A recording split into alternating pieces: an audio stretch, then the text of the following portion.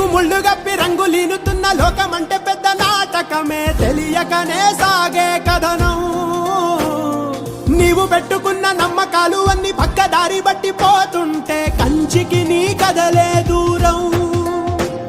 నీ చేతుల్లో ఉంది సేతల్లో చూపించి ఎదురేగి సాగాలిగా.